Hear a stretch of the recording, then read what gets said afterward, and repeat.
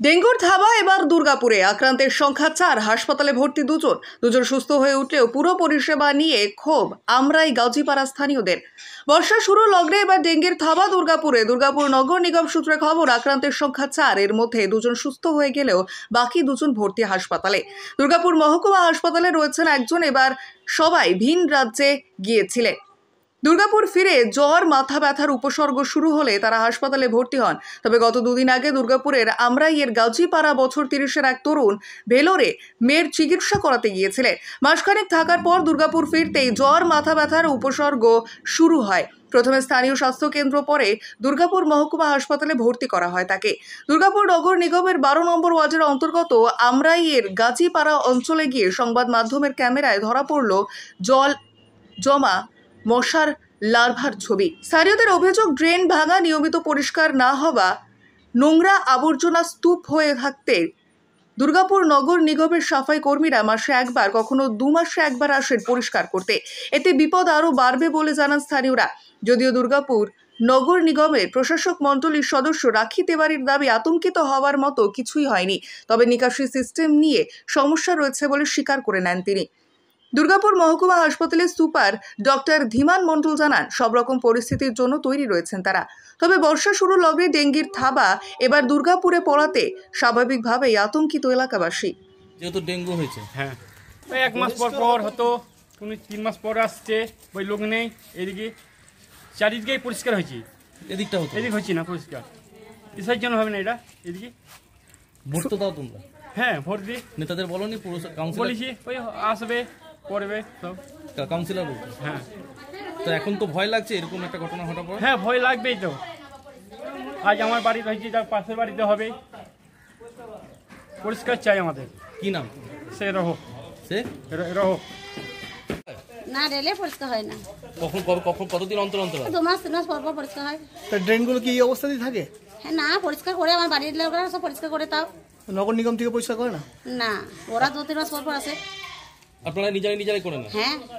তো এখানে কাউকে বলেননি যে পরিষ্কার হয় না? হ্যাঁ, বলে। কি বলছে তারা? তারা বলছে লোক কম, আমাদের তখন লোক কম দেওয়া যাচ্ছে না। আর পরিষ্কার হয়, নোংরা লিখে আসে কি প্রতিদিন। নাম আপনার? নরমিনা বিবি, নার্ভের ডাক্তার দেখাইতে। আপনার কে গেছিল? আপনার ছেলে? হ্যাঁ, আমার ছেলে বৌমা গেছিল, মনে করো, দিয়ে 1 মাস ছিল। দিয়ে বাড়ি আসার সময় মনে করো এই আসানসোল থেকে নিয়ে জ্বর। কবে আসছিল? ওরা এই কদিন হয়ে গেল, যে 2-3 দিন হলো। আচ্ছা, জ্বর আসানসোল থেকে জ্বর? হ্যাঁ, আসানসোল ঢুকেছে আর জ্বর, টেনে এখনই জ্বর। ট্রেনে আসছিল মনে করে, ধরে যে দিয়ে টেনে এখনই জ্বর দিয়ে এসে তারপরের দিনই আমরা এক গ্রামের কাছে ট্রিটমেন্ট করলাম। ইচাপুর। হ্যাঁ, ট্রিটমেন্ট করলাম। দিয়ে ইচাপুর থেকে দেখিয়ে এনে দেখলাম যে না, ভালো বুঝলাম না, জ্বর কমছে না। না, জ্বর তো তারপরের দিনই আবার সকালে আবার চলে গেলাম বিধাননগর।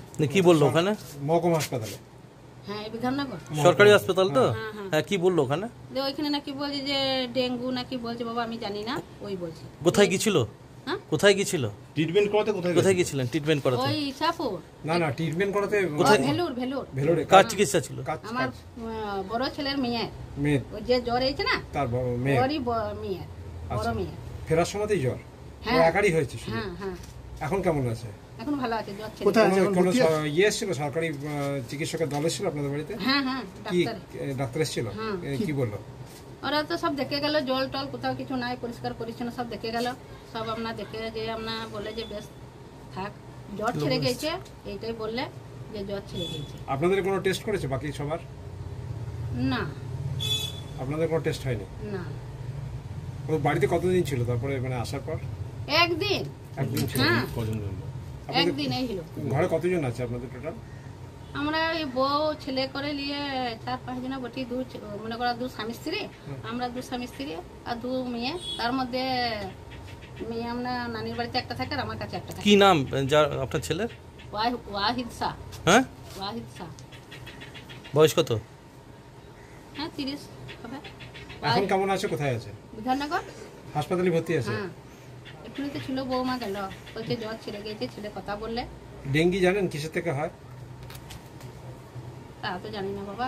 এখানে পরিষ্কার জল হচ্ছে, যেটা আজকে সকালেই শুনলাম আমি, যেটা হয়েছে আমরা আপনার ওই গাজীপাড়াতে যে ডেঙ্গুর আক্রান্ত হয়েছে, উনি ব্যাঙ্গালোর ভেলোর গিয়েছিলেন মেয়ের ট্রিটমেন্টের জন্য।